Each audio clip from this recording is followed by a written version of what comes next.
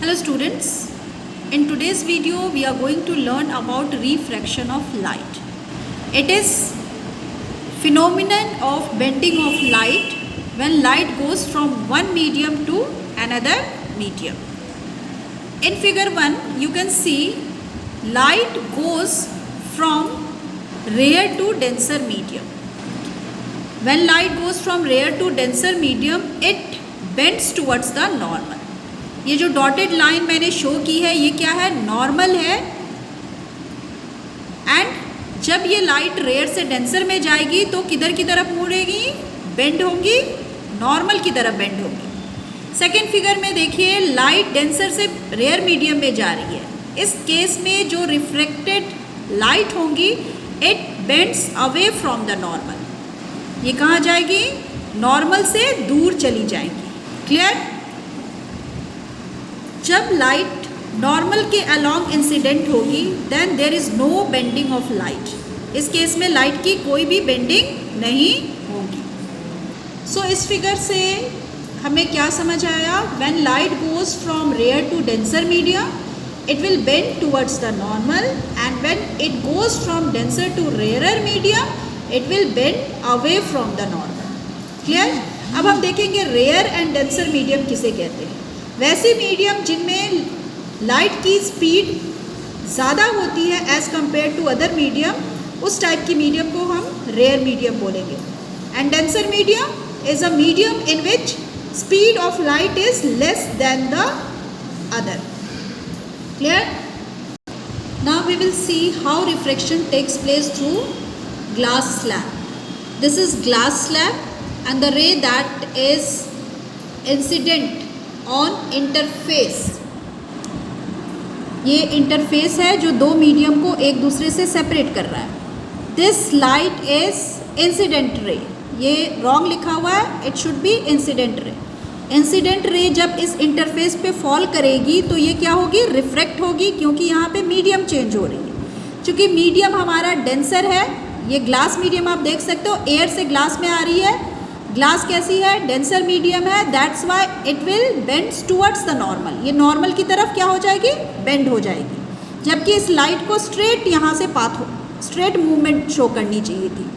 अब इस इंटरफेस पे क्या होगा, चूँकि लाइट डेंसर से रेयर की तरफ निकलेगी तो ये लाइट किधर की तरफ मुड़ेगी, it will bend away from the normal. ये क्या है, हमारा नॉर्मल है एंड इस नॉर्मल से क्या हो जाएगी, वो दूर हो जाएगी. क्लियर है.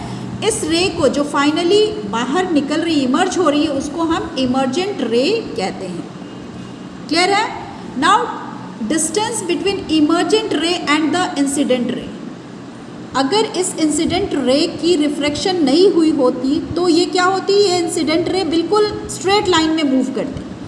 अब इस इंसिडेंट रे एंड इस इमर्जेंट रे के बीच का जो ये डिस्टेंस है इसको क्या कहते हैं, लेटरल डिस्प्लेसमेंट कहते हैं. क्लियर है. और आप देख सकते हो इंसिडेंट रे एंड इमर्जेंट रे एक दूसरे के पैरेलल है. क्यों पैरेलल होती है, क्योंकि इस रेक्टेंगल की दोनों साइड्स एक दूसरे के ऑपोजिट है. मीन्स जहाँ पे रिफ्रैक्शन हुआ वो दोनों साइड्स एक दूसरे के ऑपोजिट होती हैं एंड इक्वल इन साइज होती है. That's why emergent ray is parallel to incident ray. Now lateral displacement, जो हमने इस डिस्टेंस की बात की थी, लेटरल डिस्प्लेसमेंट डिपेंड्स ऑन, किस किस चीज़ पे डिपेंड करता है. First is refractive index of glass slab, means glass slab की रिफ्रैक्टिव इंडेक्स पे डिपेंड करता है. And second is thickness of the glass slab. Glass slab कितनी थिक है उस पर भी लेटरल डिस्प्लेसमेंट डिपेंड करता है. ये जो रिफ्रैक्टिव इंडेक्स टर्म है इसके बारे में हम नेक्स्ट टॉपिक में पढ़ेंगे. Next is laws of refraction. Means जब लाइट वन मीडियम से दूसरे मीडियम में ट्रैवल करती है तो वो रिफ्रैक्ट होती है. रिफ्रैक्ट करते समय कुछ लॉज को वो फॉलो करती हैं. तो वो लॉज कौन से हैं. First law is the incident ray, the refracted ray and the normal to the interface of two transparent medium at the point of incidence all lie in the same plane. क्या कहा गया, जो ray incident होती है and refract होती हैं and जो normal होती हैं ये सारी एक ही प्लेन पे लाई करती हैं, ठीक है।